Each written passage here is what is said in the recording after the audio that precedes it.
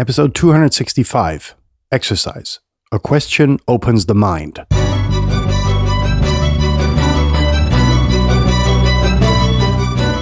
You're listening to the very best podcast in the world on health, wealth, and happiness. Please remember to leave a review and share with all your friends and family. And here is your host, Lars Hilser.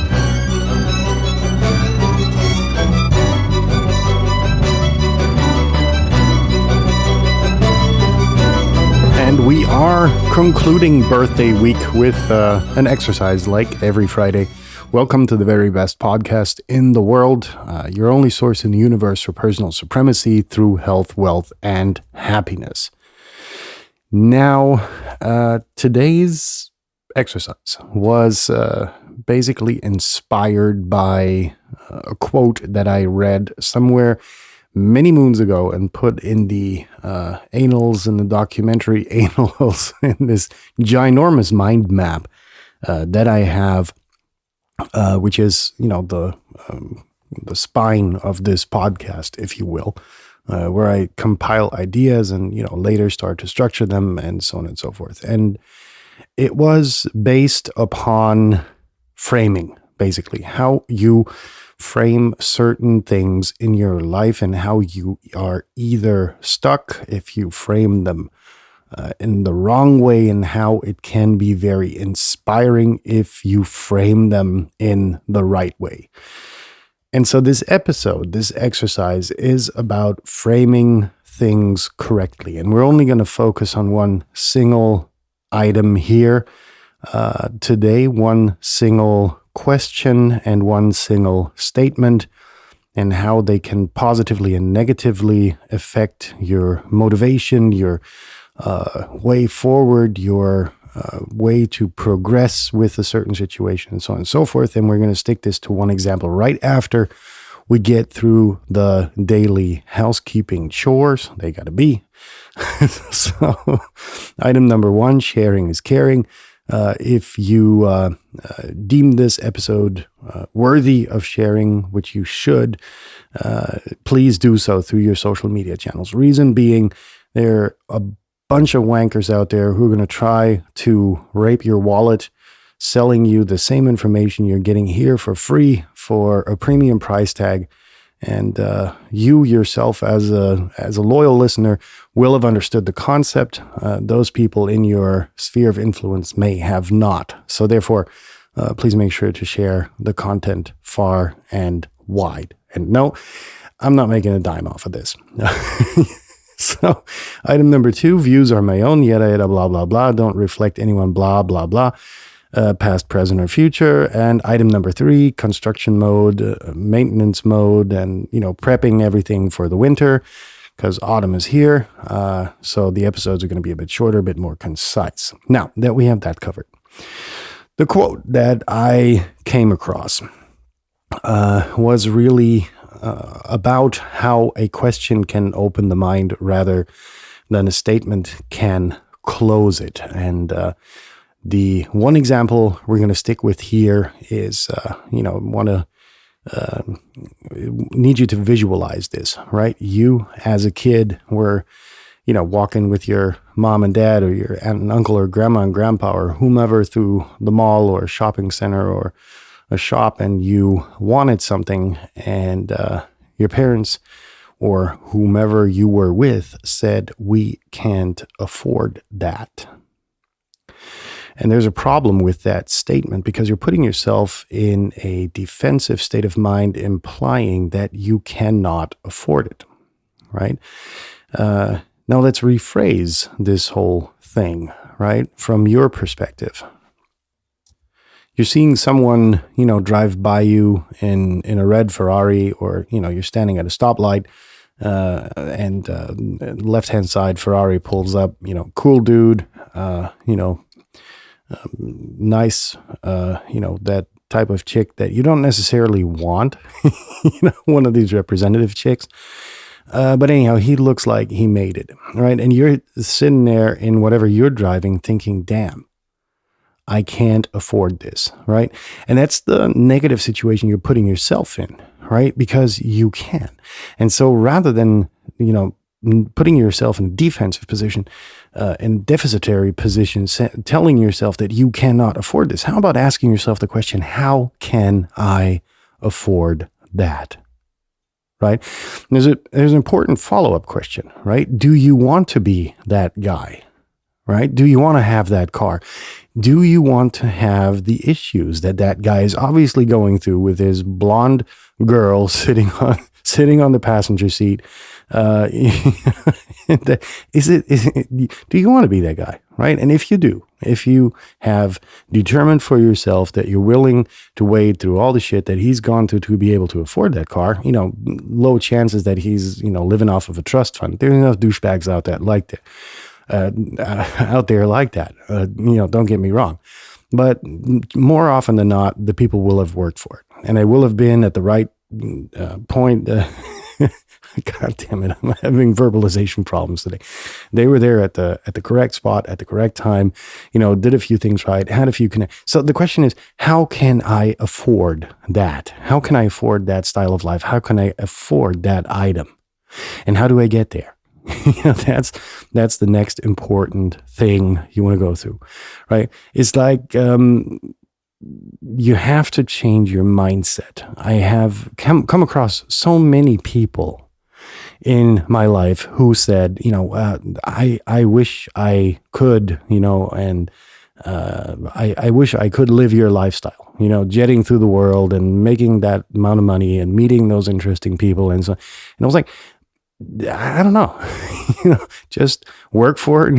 And then I told them about the 16 to 18 hour days I was doing, and they were a bit turned off by it. And they were like, yeah, well, it's okay. I'm okay with my 9 to 5. Right. But they kept on repeating themselves, saying, and I got tired of it. So I said, look, here's the thing, leave me alone or do something about it. I'll help you, all the way. No problem at all. But leave me alone with, your whining, right? Leave me alone with all of that stuff.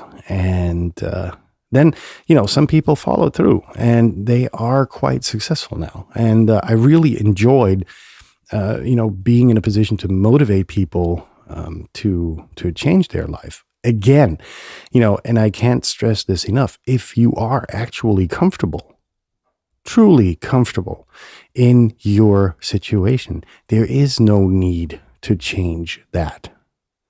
I don't turn my head ever for a car. Number one, because I'm not the car guy for some reason. And number two, if I were to afford a car like that, I would have to have that kind of money in loose change in my pocket. And as long as that's not the case, right, I'm not going to bother. And the reason is, pretty obvious. You get a car like that, you put a dent in it, and you're just going to be so fucked, or you wreck it or whatever, and you're so attached to this thing because you work so hard for it and so on and so forth, that I don't know, a prized possession like that, I don't know if I would ever want something like that. I would have to have quite a few million in the bank to cough up, I don't know, a few $100,000 for a car. I just don't see the point. You drive it off the lot, it's worth half. Yeah, the collectible cars, yada, yada, yada. But if you get a scratch in them, that brings us back to the first proposition where I was like, I'm not the car guy, right? And I'm actually not really the luxury guy. I'm a functional personality, and I'm willing to pay a premium for, stuff that has value, right? Like an actual value, like actual craftsmanship, or, somebody was capable of doing something, to make a functional piece of garment, or, a functional razor blade, or whatever it is at the end of the day, then I'm in. But, don't get me wrong on that. Anyhow, let's get back on track. So this affording thing is insanely important because everybody's been there in our life, right? Everybody's been there, and they're like, God, I wish I wouldn't have to go to work today. Well, how do you get there? Right? How do you change your life to be able not to have to show up to work tomorrow because your boss says so? Right? And that's where you have to rephrase. You have to learn whenever you come across a situation where you're putting yourself in a deficitary position, right? Like, I can't afford this. I wish I, was able to quit my work and, tell my boss to go fuck himself.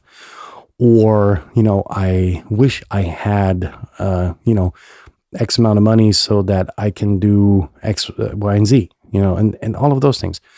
Rephrase all of them, and it takes a high degree of awareness, right? That you're wishing for something, and rather than wishing for it, actually thinking to yourself, how do I get there?